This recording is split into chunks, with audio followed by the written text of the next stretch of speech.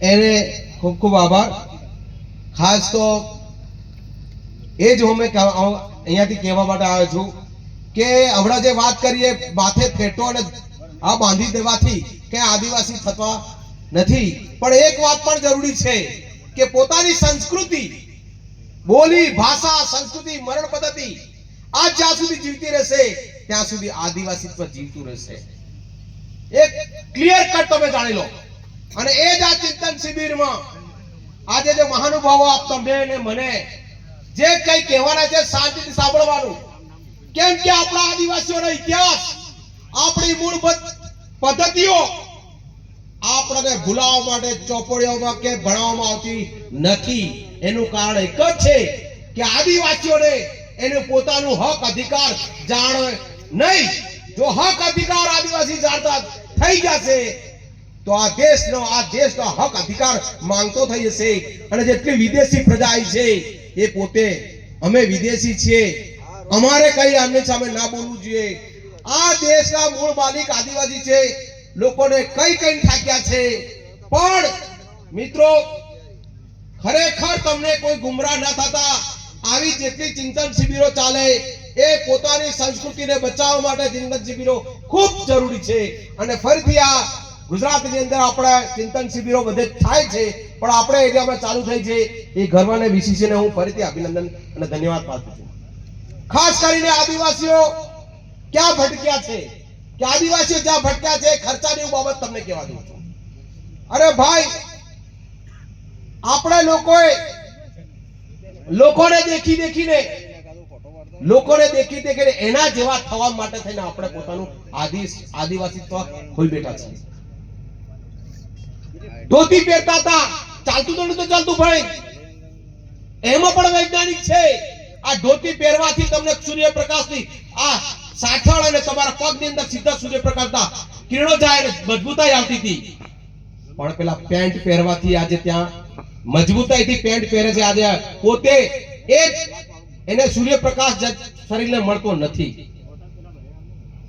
આજે વૈજ્ઞાનિક છે. આપણા ભાઈએ કીધું આપણા આદિવાસી વૈજ્ઞાનિક છે. હા, વૈજ્ઞાનિક હતા.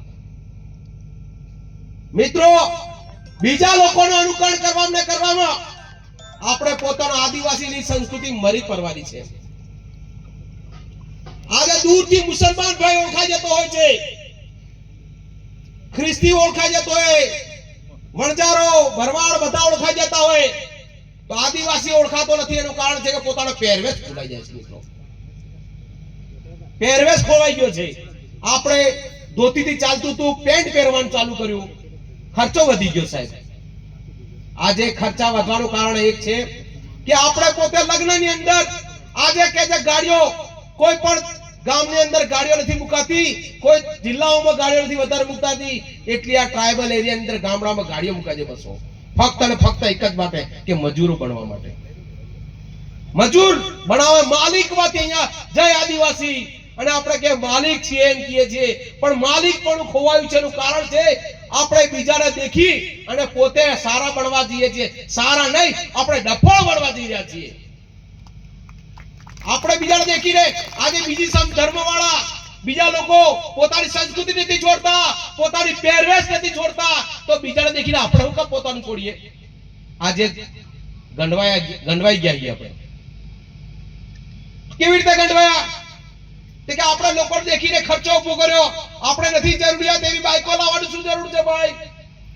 તે કે પેલા નતા બાઈકો લાવે એટલે હું બાઈકો લાવ, જરૂર છે ખરી, પણ એ સ્પ્લેન્ડર કે ના સુઝુકી પણ ચાલતું હતું, એની જગ્યાએ પેલી કઈ લાવે છે ભગવાન જાણે. કેટીએમ. મેં અહીંયા દાહોદ અને પંચમહાલ ટ્રાઇબલમાં પ્રવાસ કર્યો છે. મોટી મોટી કેટીએમ લઈને ફરતા 2 લાખની ગાડીઓ એમ કે છે.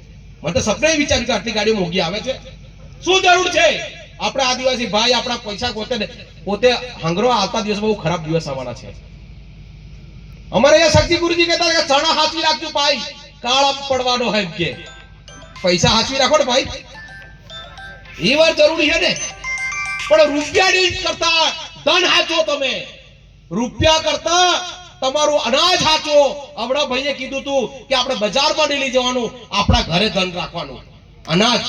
તો આ ફરતા પેલા લોકો ઘરમાં આવે કે તમારા સણા આલો ને ભાઈ, ઘઉં આલો ને મકાઈ આલો, તમે હામી જા એટલે તમારી કિંમત કરવાનું પેલે ચાલુ કર્યું. જો તમારા ઘરે રહ્યા હોત તો એ કિંમત તમે કરો કે નહીં કરો? તો આપણા લોકોને વધારે ખર્ચા, આપણે ખર્ચામાં ગયા છે. તો ખર્ચાનું અને મજૂરી બળવાનું એક જ કારણ છે કે આપણા લગ્નમાં થતા ખોટા ખર્ચા, ખોટા અને મોટા ખર્ચા. એ મોટા અને ડોફાઈમાં ખર્ચા વધ્યા છે. હવે હું એમ કહું કે આપણે પ્રકૃતિ આધાર જીવીએ કે જીવતા પ્રકૃતિ આધાર. તો ભાઈ વાહણનો મંડપ વાહણનો થતો નતો તો સોરી મંડપ ની થતી કે હતી તો હો સરોડે મોટા ટેન્ટ પડવાની પેણ આપવાની. એ ખર્ચા ઓછા કરી નાખો. પ્રકૃતિ અને પાલાથી જે આંબાના પાલાથી પણ આપણે મંડપ બનાવાય, ચોરી બાંધતા હતા. તો આ ખર્ચા ઓછા કરો. લગ્નની અંદર પેરમણી, દેખા દેખમાં પેરમણી પહેલી ચાલતી હતી ભાઈ, કપડા લેવાની તંગાસ હતી એટલે મદદ કરતા હતા. આવું તો પેરમણીના નામ પર મામેરણ બધા ઉઠી પડ્યા છે. અરે ભાઈ પૈસા કઈ જાય? તમારા પૈસા બજારમાં જાય.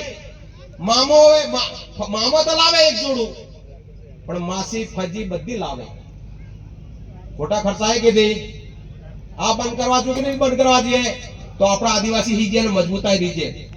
આપણા લોકોએ તમારા ઘરની અંદર વરોથી 5-12 છોકરા હતા. આપણે દાદા પૂછે કેટલા સોરા હતા? કે મારે 100 સોરા 100 સોરજી હતી. એથી કે નથી? આવું કેટલા સોરો? એક બબ્બે હે ને? તો તમારા ઘરે એક બબ્બે સોરા હે. તો મારું એમ કહ્યું તમારા ઘરમાં 25 મહેમાન આવે, તમે ખવાડો કે ખવાડો? 25 જણા હુઈ રહેવા ખાટલા હોય કે નહીં હોય? ખાટલા ની વચ્ચે ગોદડો થઈ કે નહીં? આ ખવાડવા હુવાડવા 25 દાડા થી તમારી તાકાત થઈ કે નહીં? તો મારું એમ કેવું પેલી એક વહુવારી આવે તો ખવાડો કે ખવાડો? તમે વહુવારી એકલી આવે ખવાડો કે ખવાડો? કે ખાટલા લેવા જવું પડે? તો પછી હું કરો? ઠામડા ઠીકડા લાવો. તમારા ઘરમાં ઓલરેડી છે સામાન, તમારા ઘરની અંદર બધું સામાન હે. તો બીજાના કોઠા રૂકા કરો. જેટલી જરૂર હે એટલું લો, અને બાપો એટલો જ ખા. જેને જરૂર હે એટલું ચાલે. બાકી દુનિયાના વાસણો લાવવાની જરૂર. આપણે લોકોના દેખા દેખમાં હું કે આપણે બુડી જે આ ખર્ચા બંધ કરીએ. હવે તમે આજે કાલ એમ કે સોરાની ખર્ચો લીજે, એમ કે ખર્ચો લીજે. એમ કે કેટલો ખર્ચો લો? 4 લાખ 5 લાખ. હું બધાને કોઈ ખર્ચો લેવાવાળા કે ને પૂછવાનું આ 4 લાખમાં હું કરવાનો? તું પૂછ. હિસાબ આલે એમ કહેવાનું. હું કહેવાનું હિસાબ આ કોઈ આલતો ખવાડવાનું નહીં પડે મારે. એમ કે ચોરી વાળા એમ કે ખવાડવું નહીં પડે. દાળ ભાત કહાર ખવો એમ કે તો ચાલે કે ચાલે? કેટલો ખર્ચો થાય? કાંઈ નહીં થાય. તપાસ માંગે ફૂલવડી નથી ખાવાની. કઈ દે ઓરવાળાએ અમારે ફૂલવડી થી ખાવી, મોહનતાળ થી ખાવાના. ચાલે કે ચાલે? પછી એમ કે મારે કન્યાદાન નહીં આલવું પડે. તો મારા પૈસા કન્યાદાન તમે આલવાના? મારે ઘરે બધું જ છે. સોરો વાળાએ કહી દેવાનું કે મારે ઘરે ટીવી સુધી છે એટલે કાંઈ હાલતા. બરોબર? તો પછી આ બધું કરો તો બંધ થાય કે થાય? મજૂરી ની જવું પડે, કાંઈ તા નહીં જવું પડે. અને ખરેખર તાઈ શોષણ થાય આપણા વાળાનું. તાઈ જાય શોષણ. અને બીજે ડોફાઈમાં જાય હાઉ લડે ને એટલે વવિતાય ખર્ચો થયો. એટલે મહેરબાની ખર્ચામાં નહીં જતા. શાંતિથી લગ્ન કરો. રો આપણે જૂનો પદ્ધતિથી જીવતા હતા એવી રીતે જ જીવવાનું, એવી રીતે જ લગ્ન કરવાનું. સાદાઈ આ ડીજે બીજે લાવીને પક્ષી બધા મરી જાય, પેહે સુધી તોરાઈ જાય, બોકડા તોરાઈ જાય, નાહી જતા હાથમાંથી આવતા તોરાવું દો. આ બંધ કરવાનું આપણી રીતે. ચાલો, જય જોહાર, જય આદિવાસી, જય ભીલ પ્રદેશ.